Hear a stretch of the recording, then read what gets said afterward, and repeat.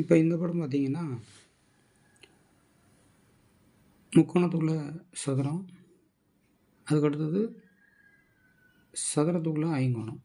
அதாவது 3 பக்கங்களை கொண்ட வடிவத்துக்குள் 4 பக்கங்கள் கொண்ட வடிவம், 4 பக்கங்களை கொண்ட வடிவத்திற்குள் 5 பக்கங்களை கொண்ட வடிவம். அப்போ இங்கே 5 பக்கங்களை கொண்ட வடிவத்திற்குள் 6 பக்கங்களை கொண்ட வடிவம்னா, அடுத்தது 6 பக்கங்களை கொண்ட வடிவத்திற்குள் 7 பக்கங்களை கொண்ட வடிவங்கிற அமைப்பில் இதை நம்மளுடைய செலக்ட் பண்ண முடியும். அடுத்தது இங்கே பார்த்திங்கன்னா சதுரம் இருக்குது. அதில் சதுரத்தில் 4 பகுதிகளாக பிரிக்கக்கூடிய அந்த கூட்டல் அடையாளத்தோட 4 பகுதிகளாக பிரிக்கப்பட்டிருக்குன்னு எடுத்துக்கிட்டு இந்த இடத்துல புள்ளி இருக்குது. இதை பார்த்திங்கன்னா பெருக்கல் அடையாளம் மாதிரி பிரிக்கப்பட்டு அதில் இந்த புள்ளி இருக்குது.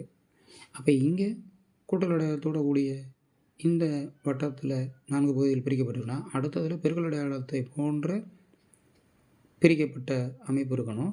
அதில் இந்த புள்ளி இங்கே வந்துடணும், இந்த புள்ளி இங்கே வந்த மாதிரி இந்த புள்ளி இங்கே வந்துடணும். அப்போ இந்த 4வது அமைப்பு சரியாக இருக்கிறது. அடுத்து இந்த படம் பார்த்திங்கன்னா ஒரு கட்டத்திற்குள் முக்கோணம் இருக்கிறது. அந்த முக்கோணம் மேல் நோக்கி இருக்கிறது.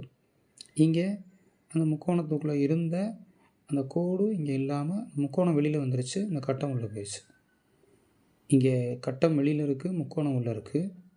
இங்கே முக்கோணம் வெளியில் வந்துருச்சு, இந்த கட்டம் வெளியில் இருந்த கட்டம் உள்ளே போயிடுச்சு, இந்த கோடு நீக்கப்பட்டிருக்கு. அதே மாதிரி தான் இங்கே. அப்போ இந்த படம் ஒரே மாதிரி இருக்கிற மாதிரி இருக்கும். ஆனால் இதில் ஒரு சின்ன மாற்றம் வச்சுருக்காங்க. இந்த முனை மேல் நோக்கி இருந்தது, இப்போ முனை கீழ் நோக்கி இருக்குது. அப்போ அது அந்த முக்கோணம் தான், இந்த முக்கோணம் தான் வெளியில் வந்திருக்கு. அப்போ இந்த முக்கோணம் தான் இனி வெளியில் வரணும்.